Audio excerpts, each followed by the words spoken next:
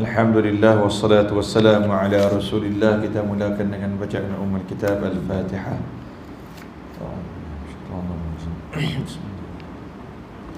Alhamdulillahi rabbil alamin ar-rahmanir rahim maliki yaumiddin iyyaka na'budu wa iyyaka nasta'in ihdinas siratal mustaqim siratal ladzina an'amta 'alaihim عسير وربي تمم بالخير ولا حول ولا قوة إلا بالله العلي العظيم أما بعد Alhamdulillah Alhamdulillah. Tama-tama dan selamanya syukur kepada Allah. Hari ini, pagi ini celak mata hidup bagi kita, Alhamdulillah. Dan Alhamdulillah Allah bagi lagi kita panjang umur dalam keadaan Allah bagi lagi kita nikmat iman dan Islam. Doa banyak-banyak agar Allah Subhanahu wa ta'ala mengekalkan nikmat iman, mengekalkan nikmat Islam sampailah kita bertemu Allah Azza wa Jalla suatu hari nanti yang pastinya. Amin amin ya rabbal alamin. Yang saya muliakan Tuan Imam, seterusnya barisan pengurusan surau muslimin, mukminin, tuan-tuan guru, alim ulama yang dirahmati oleh Allah Subhanahu wa ta'ala sekalian. Sihat tuan-tuan. Alhamdulillah. Baik.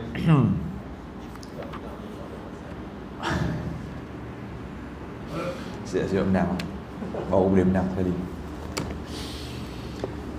Baik, insya-Allah kita akan sambung pengajian kitab Munyatul Musalli pada muka surat yang ke-43. Hari itu kita sentuh berkenaan dengan perkara yang menyempurnakan solat. Hari ini kita masuk dalam lagi huraian berkenaan amalan ataupun perkara yang boleh menyempurnakan solat kita. Yang pertama iaitu tak lain tak bukan berkenaan dengan ilmu. Seorang itu dia macam ni, setiap ibadah yang kita lakukan mesti kita lakukan dengan ada ilmu. Ibadah yang kita lakukan tanpa ilmu itu merupakan ibadah yang ada ulama mengatakan sia-sia. Kan, adapun kita lakukan juga hanya mengikut orang itu, kalau sekat mula-mula macam budak-budak boleh dikatakan sebagai tarbiyah pendidikan. Tapi kita yang dah akhir balik ni, maka sesuatu ibadah yang kita nak buat wajib kita ada ilmu. Kita nak buat solat sunat ba'diyah, kita tahu apa dia. Kita nak baca Al-Quran, kita tahu macam mana nak baca. Kita nak solat subuh, kita tahu apa dia itu rukun dan sebagainya. Yang tu. Jadi kita, sebab tu Nabi kata dalam satu hadis, Nabi kata akhir zaman banyaknya golongan yang ubadun juhalun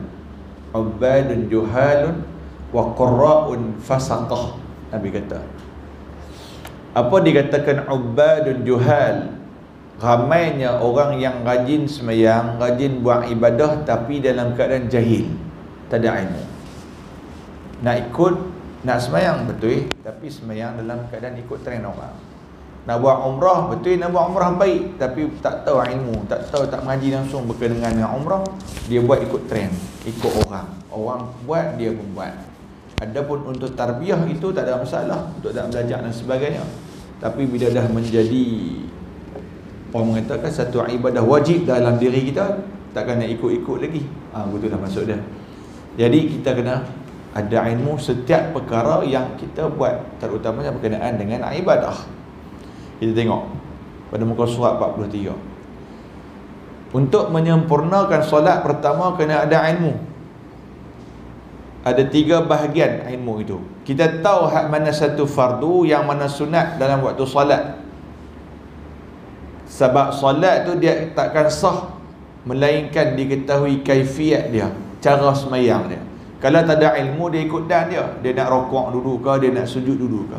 Sebab tu kita tahu apa yang perlu kita buat. Waktu kalau contoh kita tertinggal hal ni, kita kena tahu, oh yang ni benda sunat, so kalau aku tinggal pun tak ada masalah.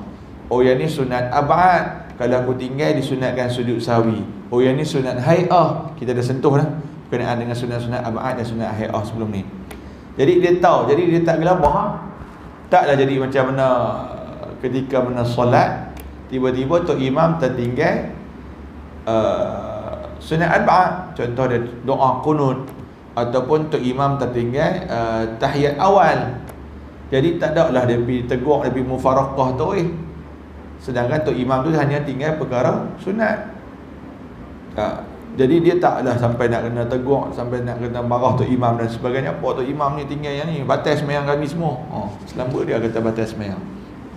Dia kena tahu apa itu perkara sunat. Jadi nak menggunakan solat mesti kita tahu apa itu sunat, apa itu fardu. Kan? Apa solat sunat, apa solat fardu. Mana yang lebih diutamakan yang tu. Clear, nah.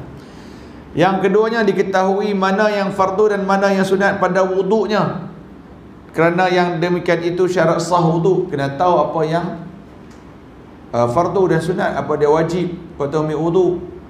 Kita mengaji 4 perkara, 4 anggota yang wajib kena yang waktu kita berwuduk: muka, tangan, kepala, kaki. Dan wajib ikut tertib. Ikut tertib maksudnya ikut susunan dia. Yang tu tak boleh nak basuh hak mana dulu. Adapun basuh kiri ataupun kanan itu afdal dan lebih pada kanan lah. Yang tu. Adapun basuh kiri tak ada lah kata batal wuduk. Yang tu.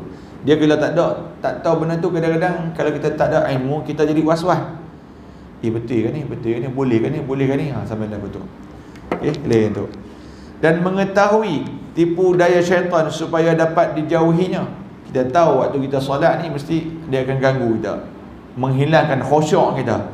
Kan sebab tu disunatkan kita istighfar sebelum mana solat. Dan juga baru ni isu ada seorang penceramah daripada Timur Tengah, tapi dia dah jadi bermustatin di Malaysia. Sekarang duduk di belah timur, pantai timur. Yang dia kata pasal apa nak kena menjadi amalan orang sebelum sembahyang baca surah An-Nas dia. Qul a'udzu bin-nas. Dia petikai, dia kata Nabi tak pernah nak buat pun, nampak ni dia buat benda binah, sebelum sembahyang pun dia buat benda binah. Tu ayat dia lah. Kan, jadi satu kalam yang sangat tidak baik bagi saya. Dan kalau saya rasa sebenarnya kalau bila dah dengar lagu tu, minta maaf cakap lah, bukan kita kata nak kita belakang. Dia ni mengaji betul ke tak? Sampai kita akan rasa lagu tu, dia ni mengaji betul ke tak? Kan? Setiap tu, sebab tu kita ni nak buat ibadah, kita kena tahu apa yang kita buat. Contoh, baca surah An-Nas, ikut logik akal lah. Ikut ni logik bodoh tuan-tuan. Semayang tak lagi? Tak lagi. Salah tak baca Quran? Jelas ni kira ikut logik bodoh lah. Dan logik tak ada ni. Sebelum semayang nak baca Quran, salah. Nak baca Quran bila-bila boleh baca. Melainkan duduk dalam bilik ayak, dalam jamban tu tak boleh baca. Kan, ataupun dalam keadaan hadas. Adapun di sebelum semayang nak baca boleh tak? Baca. Sama juga lepas semayang. Kan dia mempertikaikan nak baca Fatihah lepas semayang. Kan Nabi tak pernah nak buat. Baca Quran lepas semayang. Kita lepas semayang balik handset terus boleh tak? Boleh ya. Assalamualaikum warahmatullahi. Assalamualaikum warahmatullahi. Kita buka handset terus update live score. Oh 2-1. MU 2 Liverpool 1. Contoh. Kan? Habis semayang nak buka boleh tak? Boleh. Kalau tengok handset pun boleh, tengok live score pun boleh, apatah lagi kalau nak baca Quran. Itu logik biasa, logik akal. Kita tengok logik ilmiah. Dalil mana yang katakan boleh baca surah An-Nas? Apa kata Imam An-Nawawi rahimahullahu ta'ala yang bermazhab Syafi'i? Yustahabbu, sangat-sangat dianjurkan, biqira'ati surah An-Nas qabla as-salah, membaca surah An-Nas sebelum salat. Untuk apa? Untuk nak melindungi kita daripada tipu daya syaitan. Yang tu je. Kalau dia tu mustahab. Dia ada syaitan ni waktu kita semayang, dia nak ganggu kita. Sebab tu waktu semayang kita nak tanyat macam-macam. Tengah semayang lagi dia mula tanyat, lagi nak makan nasi lemak ke makan roti canai. Walhal sebelum semayang tak tanyat pun benda tu. Ya, itu tipu daya. Jadi kita tahu ni aku semayang ni mesti ada gangguan dan sebagainya. So kita istighfar, kita isti'adzah, auzubillahi minasyaitonir rajim. Kita istighfar banyak-banyak dan kita baca surah An-Nas itu. Baik, perkara yang kedua, iaitu kesempurnaan wudu itu mesti dikerjakan dengan 3 perkara. Waktu nak Wuduk mesti sucikan hati daripada khianat, hasad, dengki dan juga marah.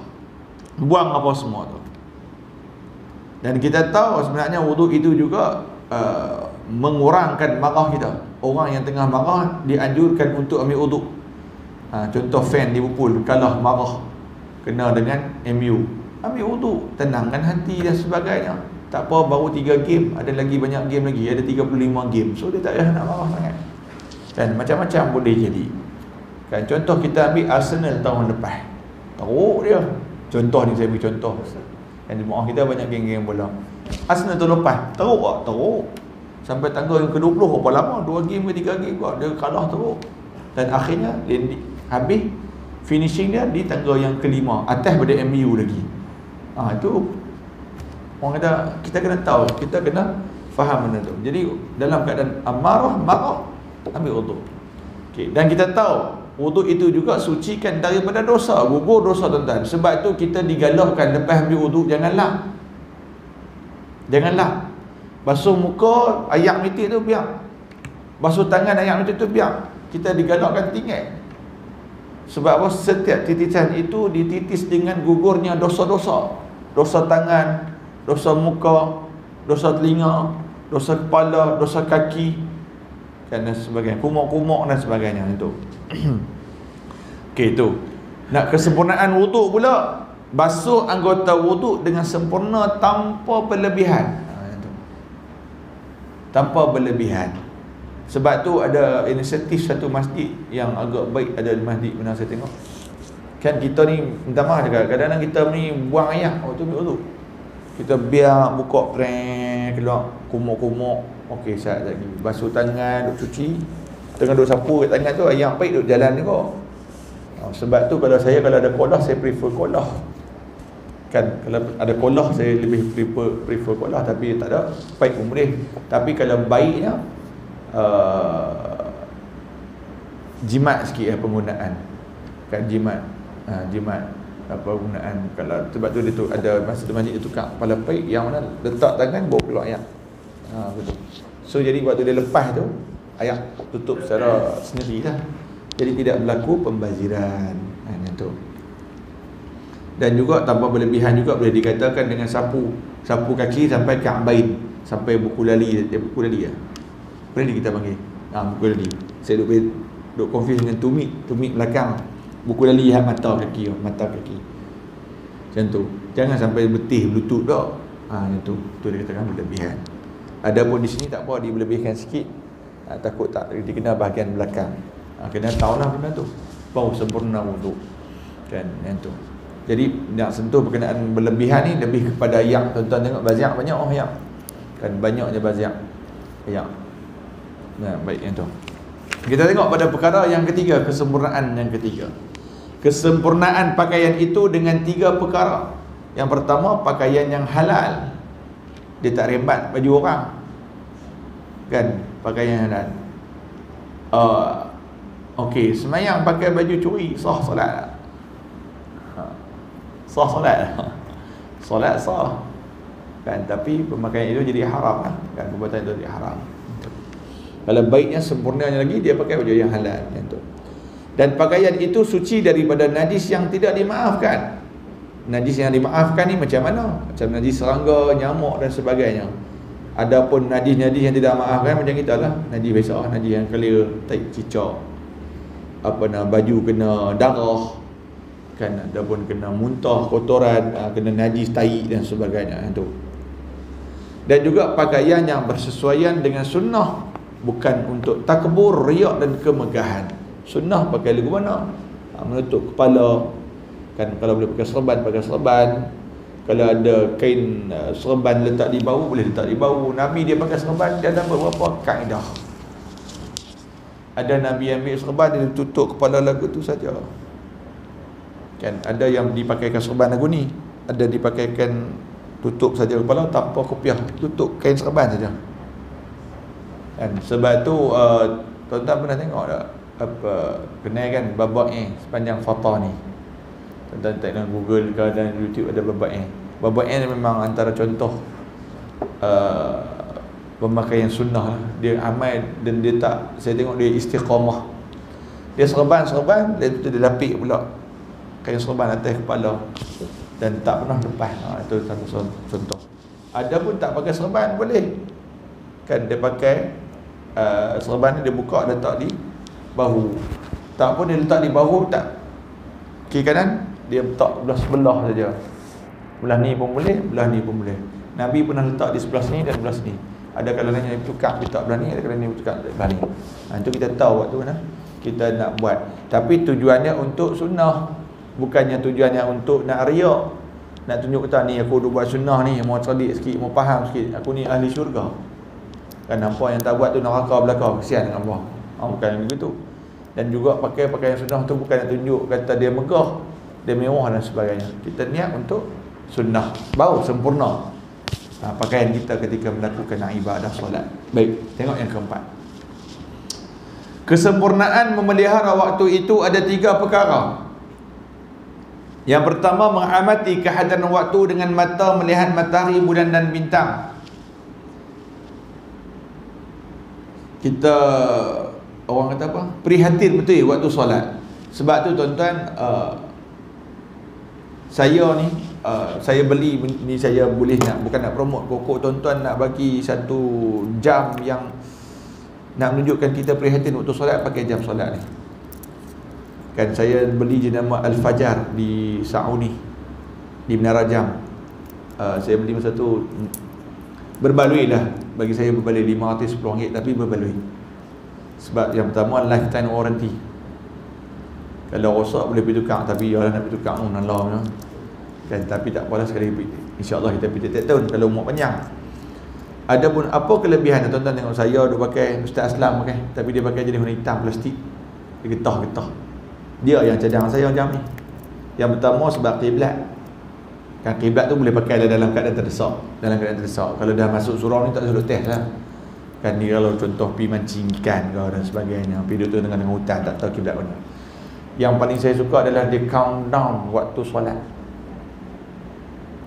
Lagi 59 minit ataupun lagi sejam nak masuk solat, dia dah naik kat sini.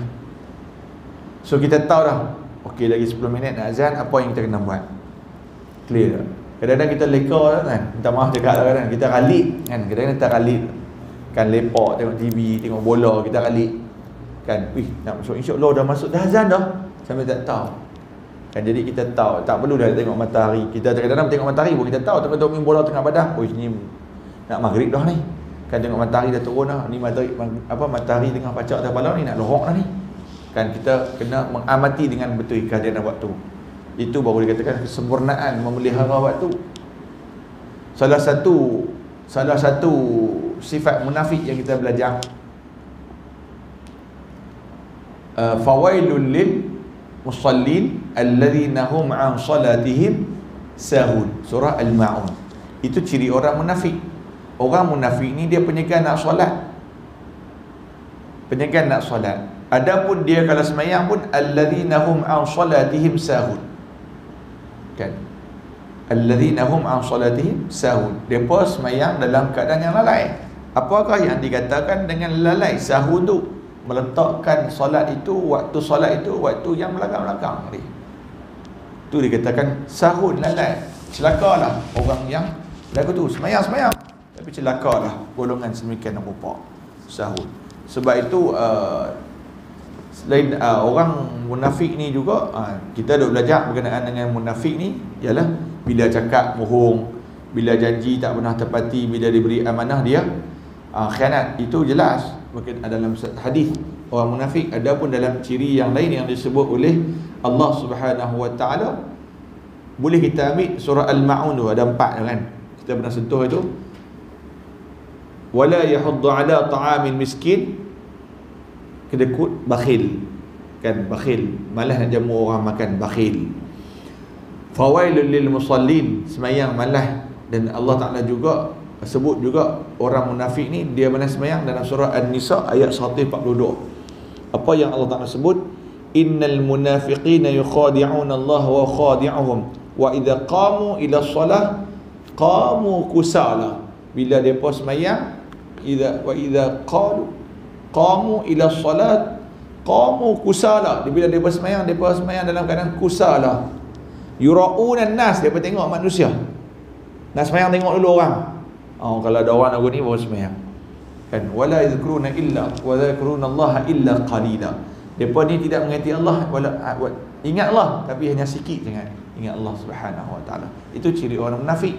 Sahun juga disebut, iaitu semayang tak belakang-belakang hari. Wala'iyadzubillah. Kan, sebab itu tuan-tuan, salah satu inisiatif untuk kesempurnaan kita menjaga waktu solat, kalau bagi saya pakai jam ni lah. Kan, bila dia masuk waktu pun dia bunyi nenek. Contoh kita tak ada tengok jam dan sebagainya, tengah buat kerja, bunyi. Kan, dia bunyi bagi beep 3-4 kali, betul kita tahu semayang. Apa yang kita nak buat waktu tu? Tak adalah kita buat bodoh je. Jadi kita tahu waktu solat dan sebagainya. Itulah perjanjian kita dengan Allah. Inna salati wa nusuki wa mahyaya wa mamati lillahi rabbil alamin. Janji dengan Allah kemain setiap kali semayang. Janji dengan Allah kemain sehari 5 kali kurang-kurang. Sesungguhnya solatku, nusuki, ibadahku, kehidupanku, hidupku dan matiku lillahi rabbil alamin, kerana Allah Subhanahu wa taala. Baik itu.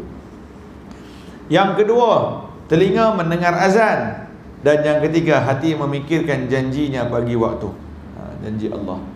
Dan antara golongan yang semayang awal, janji Nabi Muhammad SAW, amalan yang Allah paling suka. Ayul a'mal ahabbu ilallah. Hadis riwayat Imam Bukhari. Apakah amalan yang paling disukai oleh Allah Subhanahu wa taala? Kan, maka Nabi kata, Nabi beritahu, as-salatu ala waqtiha. Salat pada waktu dia. Itu. Baik. Yang kelima, kesempurnaan menghadap kiblat itu ada 3 perkara. Yang pertama, menghadap kiblat dengan dada. Dada kalau beralih tak sempurna solat, batal sembahyang. Itu. Yang kedua, menghadap kepada Allah dengan hati. Bawa main hati. Jangan badan saja sembahyang, hati pergi kot lain, tak sempurna solat kita. Kan, sembahyang hati tengah fikir macam-macam. Dan hendaklah khusyuk, tawaduk dan merendah diri dengan anggota. Khusyuk, tuan-tuan, nak timbulkan rasa khusyuk, kita sentuh banyak kali. Bukan kata cicak lalu tak sedang dah. Kan, memang tak dapat dah zaman tu kita ni. Kan, antara perkara yang diangkat di akhir zaman ini oleh Allah Subhanahu wa taala, khusyuk dalam solat. Kita tak dapat dah seperti para sahabat. Kan, Sayyidina Umar suruh cabut pedang waktu tengah semayang. Kan, kita kena pisau membalut dengan soletik, soletik lepas terluka duduk semayang, tak khusyuk ni, sakit tangan, nak sujud takut sakit lutut. Betul tak? Tak dapat dah khusyuk. Tapi kita boleh dapatkan khusyuk semampu mungkin. Seperti mana kita boleh buat, iaitu kita memahami apa yang kita lakukan waktu solat. Kita tahu waktu ni aku buat apa, yang ni kena aku buat apa, tangan aku letak mana, aku baca apa, kena tahu. Itu clear. Dan yang keenam, kesempurnaan niat itu ada 3 perkara. Yang pertama, kita tahu niat kita nak sembahyang apa. Sembahyang subuh 2 rakaat. Okey, yang tu. Kemudianlah, hendaklah mengetahui bahawa ia berdiri depan Tuhannya dan Allah sedang melihat kita. Dengan itu baru kita rasa kita kena sembahyang dengan penuh semangat dan tenang. Jangan sembahyang malas-malas, baca pun malas-malas. Kan, alhamdulillah rabbil alamin. Dah semua. Kadang-kadang minta maaf cakap, kita ni dengan Allah Taala ni double standard. Semangat kita dengan Allah Taala berbanding dengan lain. Tuan-tuan tengok orang pergi tengok mak kilau. Kan tak salah tengok nak pergi tengok mak kilau, pada tengok-tengok orang kan. Tapi dengan dia pun semangat tu, dengan pakai sampin dia, dengan pakai tengkoloknya bubuh keris dah kat pinggang, nak tengok cerita pun. Tapi semangat, gila punya semangat. Meleleh main semayang Jumaat, khutbah kedua nak habis pun main. Semayang pakai baju pagoda, pakai tracksuit, nampak habis dalam boxer tu. Dah semua. Beza dah, beza. Lainan kita dengan Allah Subhanahu wa taala. Walhal kita ni berdiri depan siapa? Berdiri depan Rabbul Izzati, Rabbul Jalalah. Kan, Tuhan sekalian alam. Ana wahidul qahhar, Allah Tuhan, satu-satunya Tuhan. Kan, sebab tu Allah kata macam-macam lah. Kalau cerita tentang sangkakala, contoh sangkakala, waktu dimatikan semua makhluk, sangkakala kedua dimatikan semua makhluk, dan tinggal beberapa makhluk illa man sya Allah. Allah sebut dalam surah Az-Zumar, ada beberapa yang tak mati. Roh orang mati syahid, malaikat yang meniup sangkakala, Jibril, Mikail, Israel, dan juga malaikat hamalatul arash yang memegang arash. Hal ini hidup. Kemudian Allah perintahkan semua dimatikan. Malaikat maut pun cabut nyawa semua. Tinggallah Allah juga malaikat maut. Kan, tinggal Allah dan juga malaikat maut, malakul maut. Maka Allah tak ada kepada malaikat maut siapa tinggal? Aku dan juga kamu. Allah hayyul la yamut, yang hidup tidak akan mati. Okey. Ni okey ni bukan bahasa kita lah. Okey. Kan kita tak ada, mana ada tulis okey kan. Dalam kitab tak ada riwayat tak tulis okey dah. Saya tahu. Baik, bukankah kamu pernah mendengar aku berfirman, kullu nafsin dha'iqatul maut. Setiap yang bernyawa itu pasti mati. So Israel malakul maut faham itu sidna Allah, kata dia pun kena mati dan dicabutkan nyawa dia. Ada riwayat dikatakan cabut nyawa dia sendiri. Dan ketika mencabut nyawa dia, dicabutkan nyawa dia, apa yang terdengar jeritan yang sangat kuat. Dan disebut ketika itu dalam riwayat, kalau inilah sakitnya sakaratul maut, sudah tentu aku akan cabut nyawa orang yang beriman itu dengan keadaan lebih lembut dan lunak. Sakit tuan-tuan kan, sakaratul maut sakit lah kan. Sebab itu kita dianjurkan doa, Allahumma hawin alaina fi sakaratul maut. Ya Allah, ringankanlah ketika mana kami menghadapi sakaratul maut. Nak tak sakit memang sakit ke mana pun. Kan Nabi yang semulia-mulia manusia, kekasih Allah, itu pun rasa kesakitan sakaratul maut, apatah lagi kita ni. Jadi doa benda tu. Dan waktu habis semua mati, Allah kata apa? Mana pi manusia? Mana pi raja-raja? Mana pi penguasa-penguasa yang ada kuasa hidup di dunia dulu, sombong dengan kuasa mereka, sombong dengan kekayaan mereka, sombong dengan jawatan mereka. Mana pi mereka? Ana wahidul qahhar, akulah satu-satunya Tuhan yang maha tunggal, yang berkuasa setiap sesuatu. Allahu Akbar, tuan-tuan. Jadi kita mayan enggak ada siapa? Ada Allah. Kan? Cumanya manusia ni bila benda tak nampak tu, dia rupa kurang rasa sono kan. Bayangkan kalau VIP, dif kehormat mai, dan kita pun pakai dengan pakaian yang baik dan sebagainya yang tu. Dan yang ketiga itu, hendaklah diketahui bahawasanya Allah mengetahui apa yang ada dalam hati seseorang. Maka dengan itu segala perkara yang berkaitan dengan kurniaan yang membimbangkan, yang mempengaruhi hatinya, hendaklah diselesaikan terlebih dahulu. Masuk kata lupa siap-siap, tinggal siap apa yang tengah tu, tengah duk belik azan-azan nak semayang, lupakan siap. Bola ke apa lupa ke siap. Sekali habis semayang fikir balik tak apa. Kan ni tengah fikir, tengah nak semayang fikir fantasi nak buat kapten siapa. Kan nak buat salah pun tak apa nak perform. Nak bubuh MU lagi tak ada pakai, seorang pun tak tahu nak bubuh siapa. Lalu dia bubuh Gabriel Jesus. Banyak gak point dan contoh. Tengah semayang, buang dulu semua tu, buang sat. Kan? Tok tepi sat dulu, semayang dulu. Habis semayang nak buat-buatlah benda tu. Jangan tengah semayang pun nak buat yang tu. Tak baik lah. Maksudnya niat kita dah macam nak lari dah. Clear lah? Baik. Dan yang ketujuh, kita ambil dekat tujuh ni. Kesempurnaan takbir itu ada 3 perkara. Ditakbirkan dengan takbir yang pasti sah. Allahu Akbar. Bar tu jangan panjang. Jangan siap lah. Allahu Akbar. Cukup. Jangan Allahu Akbar. Tak boleh. Clear? Ya? Tu rukun tuan-tuan.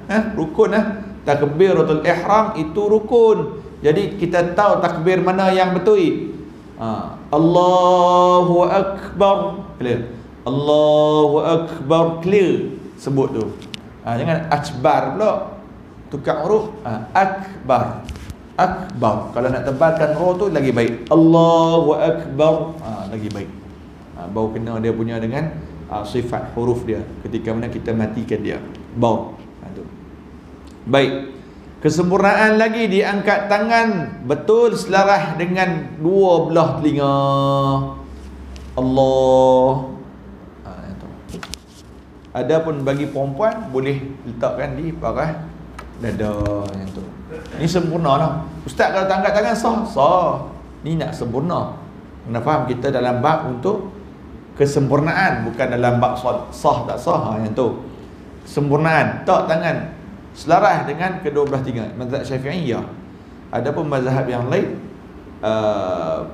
ada yang mengatakan letak di parah macam tu. Kan yang ni.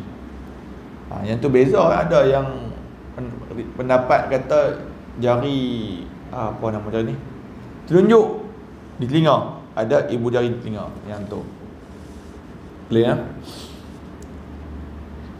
Tak angkat boleh tak? Boleh kan? Tak angkat boleh tak? Boleh. Kan tapi ya dah lalang benda tu sunat buat terus.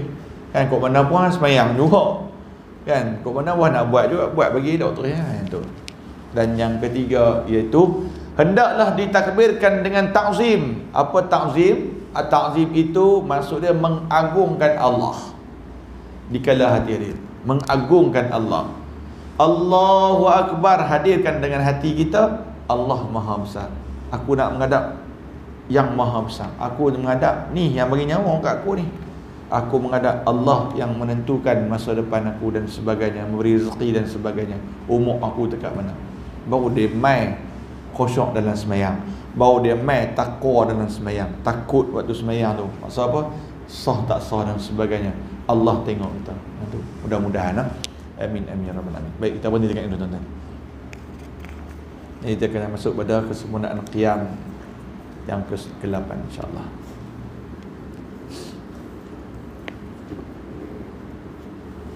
Baik, kita akan duduk dengan doa insya-Allah. A'udzubillahi minasyaitonirrajim. Bismillahirrahmanirrahim. Alhamdulillahirabbil alamin wassalatu wassalamu ala asyrafil anbiya'i wal mursalin wa ala alihi wa ashabihi ajma'in. Allahumma arina al-haqqa haqqan warzuqna ittiba'ah wa arina al-batila batilan warzuqna ijtinabah. Rabbana atina fid dunya hasanah wa fil akhirati hasanah wa qina adzaban nar.